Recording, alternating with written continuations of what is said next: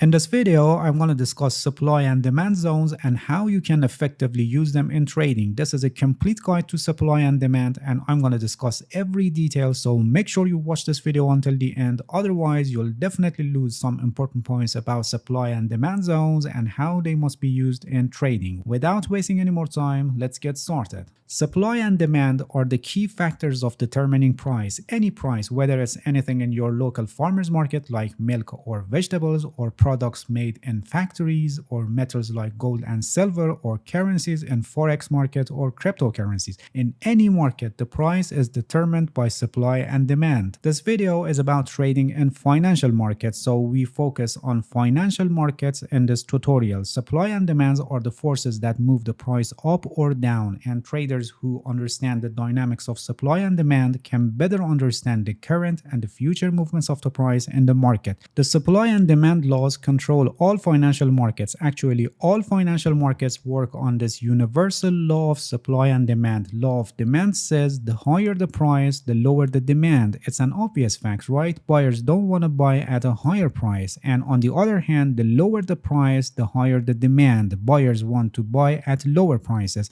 and the law of supply says the higher the price, the higher the supply. It's an obvious fact here, right? Sellers want to sell at a higher price, and on the other hand, the lower the price, the lower the supply. Sellers don't want to sell at a lower price. So when the price is at high levels, on one hand, we have lower demand because buyers are not interested to buy at high prices, and on the other hand, we have higher supply because sellers are interested to sell at the high prices. What happens now? The price declines. So when supply is greater than demand, price declines. And when the price is at low levels, on one hand, we have higher demand because buyers are interested to buy at low prices, and on the other hand, we have lower supply because sellers are not interested to sell at lower prices. What happens now? The price advances. So when demand is greater than supply, price advances. You need to understand these facts, that how changes in the balance of supply and demand causes increase or decrease in the price, and this can help you better understand the behavior of buyers and sellers. When you see on the chart that the price is going up or down, by knowing the dynamics of supply and demand, you better understand that behind the chart in the actual market what is going on and how the market participants are behaving.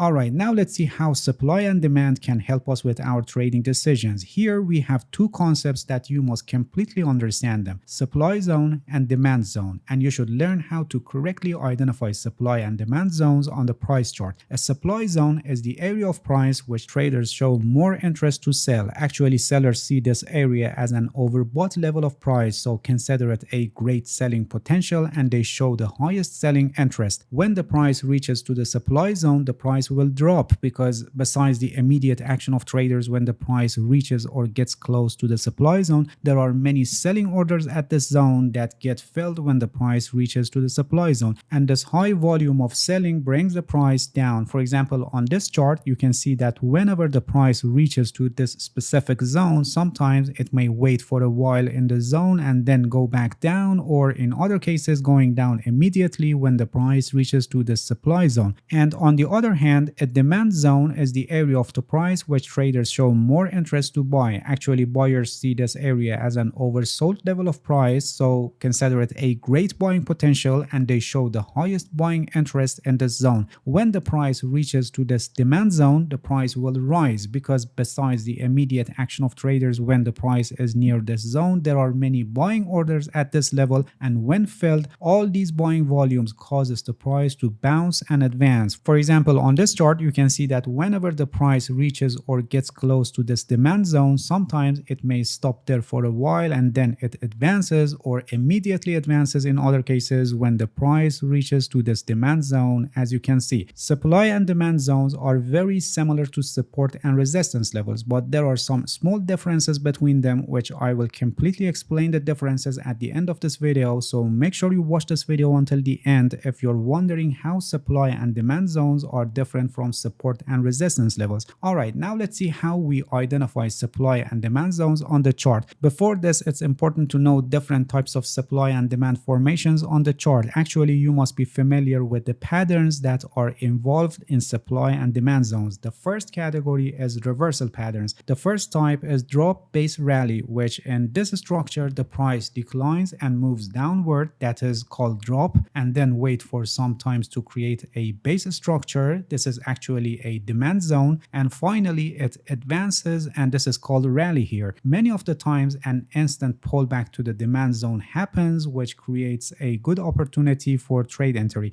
And the second reversal type is rally base drop, which in this structure the price rallies and then wait for some times to create a base structure, which is a supply zone here, and then moves downward to show the drop. Here also many of the times there could be an instant pullback to the supply zone, which could be a great opportunity for trade entry. Please pay attention that the waiting period in the base structure, which is actually creating our supply and demand zone, can be variable in size, which I'll explain later how different period size can affect the strength of the zone. To show you an example of the reversal patterns, here on this chart you can see the drop base rally and rally base drop patterns with their accordingly supply and demand zones that were actually the origin and base of the move that happened after that. I'll explain later how these supply and demand zones are identified. Don't worry about this. The second category of supply and demand patterns is continuation pattern. The first type is drop base drop, which in this structure the price drops and then pauses for some time to create a base, which is a supply zone here, and finally it continues to go down in a strong move. Having an instant pullback to the supply zone is common, which could be a great opportunity for entering a trade. The second type is rally base rally, which in this structure the price rallies up and then waits for some times to create a base, which is actually a demand zone here, and then continues rallying up. Having an instant pullback to the demand zone is very common, which could be a great opportunity for entering a trade. As I mentioned earlier, the waiting period in the base structure, which is actually creating our supply and demand zone, can be variable in size, which I'll explain later how different period size can affect the strength of the zone. To show you an example of continuation pattern, here on this chart you can see the rally base rally and drop base drop patterns with their according supply and demand zones, which were actually the origin and the base of the moves that happened after that. There is also another type of supply and demand patterns, which is called flip zone. In this structure the zone changes role. For example, the price advances and then pauses for some time to create a base, which is a demand zone here, and then the price advances. After a while the price comes back to our demand zone but find difficulty to jump and the price goes down. Here our demand zone changes role and becomes a supply zone, and any pullback or later approaching of the price to this zone brings the opportunity of opening a short position. Alright, these were the more common supply and demand patterns that regularly form on the chart, and you must be familiar with them. Before we continue on how these supply and demand zones are actually identified on the chart, about these patterns you may wonder how you can evaluate the strength of the supply and demand zones in these patterns based on their variable situations on the chart. Let me first explain this and then we'll see how we can correctly identify supply and demand zones on the chart. One of the factors for evaluating the strength of supply and demand zones in the patterns is how much time the price spent at the zone. The less time the price spent at the zone, the stronger is the zone. In other words, we have more degree of out of balance supply and demand at that zone. So based on this graph, to give you an example how it should be evaluated, this is the strongest one, which the price spent least amount of time at this zone. This one can be considered strong,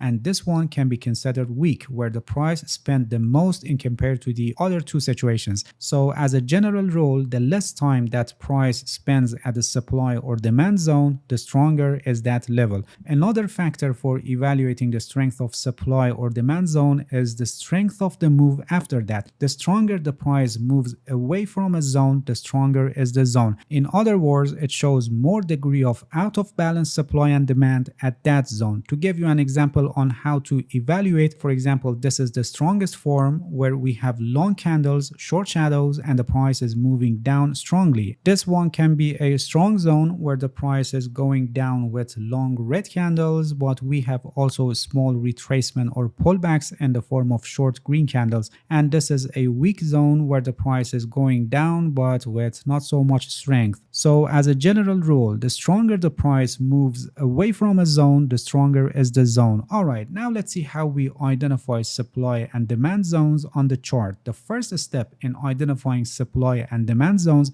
is finding areas of the market that experienced out of balance supply and demand. This out of balance supply and demand shows itself in large price movements in either direction depending on the fluctuation of supply and demand. If you remember from the beginning of this video, when supply is more than demand, the price drops, and this is represented by long red candles, and when demand is more than supply, the price rises, and this is represented by long green candles. So to find supply and demand zone, we must find out of balance supply and demand, and for this purpose we must look for long candles which show great movements of the price. Ideally, we must find explosive movements of the price. So for identifying supply and demand zones, first we must find movements of the price either up or down that consist of strong candles. If you remember, I just said that long candles show out of balance supply and demand, hence helping us in finding supply and demand zones. So here we find strong lineup of candles either going up or down. Not all of the candles in the movement are supposed to be strong, but we must have satisfactory numbers of long candles with small shadows, and this basically shows strong movement of the price. Then we must find the origin of the price movement, and that would be the base or our supply and demand zone. Here at this point, the supply and demand patterns that I explained earlier will help us. For example, here you can see that the price advanced, then it paused here for some times and created the base of our pattern, and then dropped by strong candles. This base, the origin of the move, will help us in drawing the supply zone. Or here, after declining of the price, it paused here for a while and created the base of the pattern, and then the price advanced with strong candles. And a similar situation here in this case, but no pause and the price instantly advanced with strong candles. This could be considered a very strong demand zone. Alright, now let's see how we draw the zones. For drawing a supply zone, we can use three methods. In the conservative method, in the base of our pattern, we draw a line at top of the wick. In other words, at the highest high in the base, and then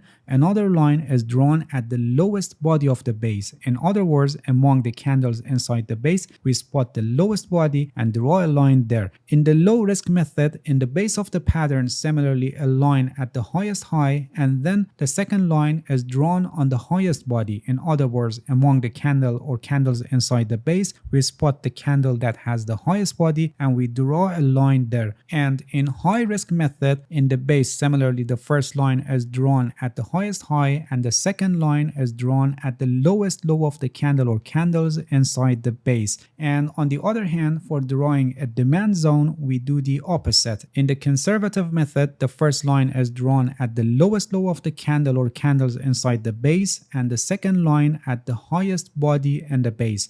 In the low risk method, similarly the first line at the lowest wick and the second line at the lowest body. And in the high risk method, the first line is similarly drawn at the lowest low and the second line at the highest high of the candle or candles inside the base. Please pay attention that supply and demand zones, after being touched and tested a few times or many times depending on the situation of the market, finally they will break. It's a certain thing that happens, and when they break, they change roles. If you remember the flip zone pattern that I explained earlier, when a supply zone is broken, it becomes a demand zone, and when a demand zone is broken, it becomes a supply zone. And another important point that you must pay attention is that besides working on your trading time frame and identifying supply and demand zones on this time frame, you must adopt multiple time frame analysis, and you should also identify supply and demand zones on a higher time frame. For example, if you use 4 hours chart for trading analysis and spotting supply and demand zones, you must also find supply and demand zones on 1-day chart, so you will have a better understanding of major significant levels and zones in the market. In a separate video, I'll explain multiple time frame analysis, so make sure you won't miss it. Another important point about supply and demand zones is that you can also use some indicators or other aspects of technical analysis for more confirming your supply and demand zone, but please pay attention that they don't always overlap, and just in cases that they overlap, you can be more confident about your supply and demand zone. For example, you can use pivot points, which are also used for identifying support support and resistance levels. For example, on this chart, you can see the confluence of supply and demand zones with the pivot points, or you can use Fibonacci retracement levels, which are used for identifying potential turning points of the market, especially in the pullbacks. For example, on this chart, you can clearly see the confluence of the demand zone with 50% to 61.8% of Fibonacci level, and for the supply zone, you can also see its confluence with 50% to 61.8% of the Fibonacci level. Or you can also use support and resistance levels for more confirming a supply or demand zone, and this is especially useful to help you know when you can enter or exit trades. At the end of this video, I will completely explain the differences between supply and demand zones and support and resistance levels. Don't worry if you're a little confused on this. Alright, now that you know how to identify and draw supply and demand zones, let's see how we can trade based on these zones. The most obvious trading strategy based on supply and demand zones is selling at supply zone and buying at demand zone. And if we have a well-identified supply and demand zones at the same time that the price is trapped in between, we can use a range trading strategy. We can keep buying at demand zone and selling at supply zone until the zones are broken. For confirming our trading decisions, we can add, for example, RSI or stochastic oscillator, which identify overbought or oversold levels of the market, having supportive candlestick patterns or overlapping of zones with other important levels like Fibonacci levels or pivot points more confirm that the price is going to turn in the expected direction. The next trading strategy based on supply and demand zone is breakout strategy. Supply and demand zones will not be effective forever, and they will be broken definitely, and when they break, they can bring the opportunity of opening a trade in the direction of the trend that is forming. When they are broken, they change roles, and many of the times we have a pullback to the broken zone, which can bring us an opportunity of entering in a low-risk trade. This is a good opportunity for conservative traders who are afraid of false breakouts, because when a supply or demand zone is broken, it can be a false breakout, and we may have the price back in the support of the existing supply and demand zone. So conservative traders wait for a pullback to be sure that it's not a false breakout, and they enter a trade only when the price starts to move in the direction of the breakout. A pullback may never happen, and the price may just continue its direction after breaking, leaving conservative traders lose the opportunity. But for them, limiting their risk as much as possible is their priority, and they prefer to only enter in low-risk trades. And another use case of supply and demand zones is for risk management purposes, and you can use them in your risk management strategy. The same way that support and resistance levels are used for setting stop loss, here also we use supply and demand zones for setting stop loss.